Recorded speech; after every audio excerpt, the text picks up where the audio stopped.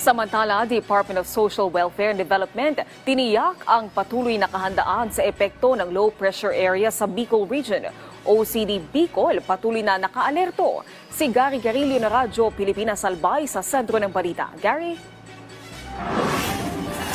Bilang tugon sa direktiba ni Pangulong Ferdinand R. Marcos Jr. na palakasin ang kahandaan sa sakuna, patuloy na pinaghahandaan ng iba't ibang ahensya ng pamahalaan ang posibleng epekto ng low pressure area at habagat sa Bicol Region. Sa isinagawang pre-disaster risk assessment, tiniyak ng Department of Social Welfare and Development o DSWD Bicol ang kahandaan ng mga relief goods, repositioned stockpiles at evacuation centers para sa mga maaapektuhang pamilya. Ayon kay DSWD Bicol Regional Director Norman Laurio, nakaantabay rin ng 2 mobile kitchens na maaaring ipadala sa mga pantalan upang masiguro ang agarang pagkakaroon ng pagkain ng mga evacuee at na-stranded na mga pasahero. Kasama rin sa naging talakayan ang pag-deploy ng mga heavy equipment ng APSIMO para sa road clearing. Gayon din ang koordinasyon ng PDRMO sa mga lokal na pamahalaan para tumugon sa mga stranded passengers at iba pang emergency needs. Sa ngayon, naka-red alert na ang Office of the Civil Defense sa OCD Bicol bilang paghahanda sa low pressure area na posibleng maging isang bagyo at habagat. Paalala ng pamahalaan sa publiko, manatiling nakaalerto at sumunod sa mga abiso. Mula sa Albay, para sa Integrated State Media, Gary Carillo ng Radyo Pilipinas, Radyo Publiko.